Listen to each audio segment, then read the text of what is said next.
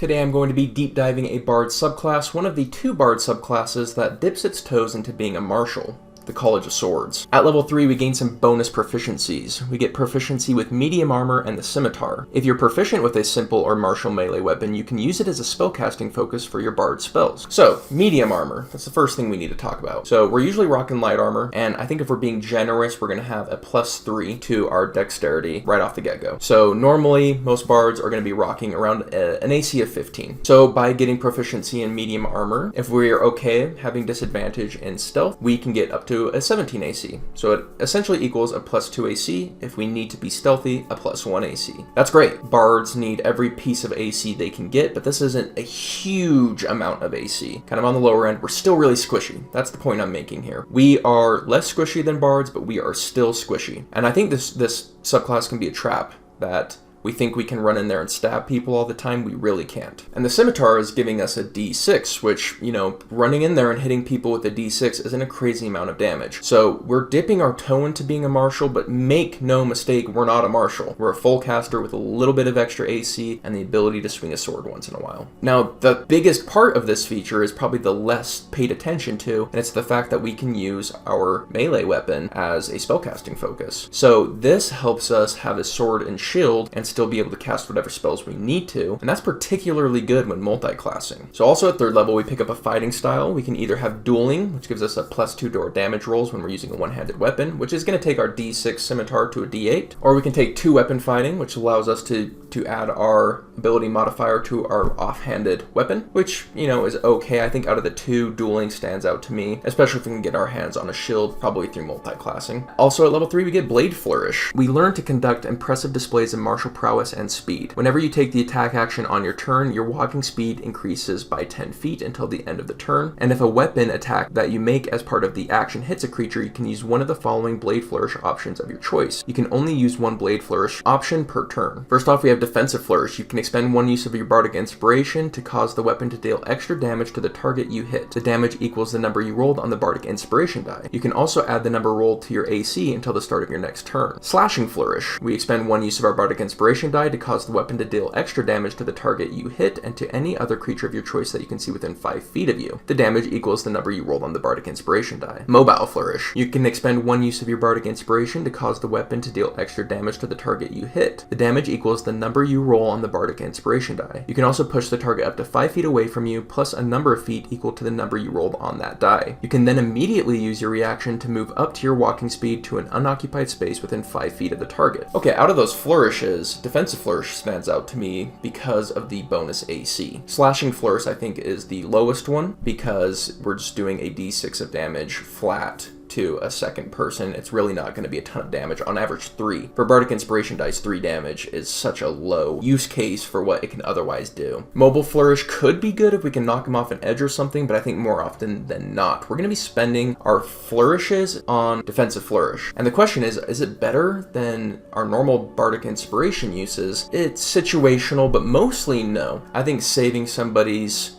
concentration is going to be a much bigger deal than getting a little bit of extra AC. Now that's being said, if we're being pressured, that extra AC can be amazing. If we're not falling into the trap of going in as a frontlighter and we're staying back, defensive flourish can actually be really good for protecting us when people start trickling into the back line and getting us. At level 6, we get extra attack. This just lets us attack twice. Just a normal multi-attack. Extra attack is basically like a little bit better of a cantrip. It's not a standout feature with this particular build. And at level 14, we get our capstone at Master's Flourish. Whenever you use a blade flourish option, you can roll a D6 and use it instead of expending a bardic inspiration die. Now, at level 14, that changes our flourishes from being really questionable to being awesome, where we want to use them all the time. And we're only using the bardic inspiration dice if we want to crank it up and use a higher dice to maybe get some more AC, for example. But that'll be very situational. So to conclude, the Swords Bard. I think College of Swords is such a trap for beginners. It really makes them feel like they can be a frontline martial, and then they get punished so hard for attempting that. I think this is, again, one of the more advanced Bard subclasses, and I think it has some unique options for multi-classing.